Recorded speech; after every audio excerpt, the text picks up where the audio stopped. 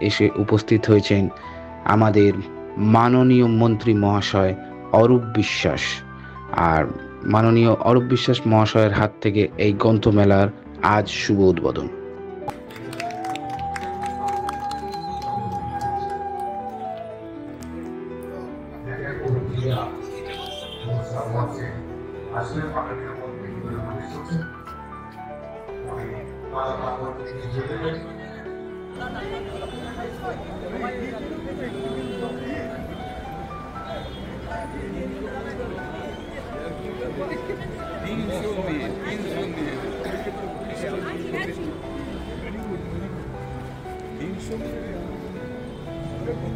Insomnia.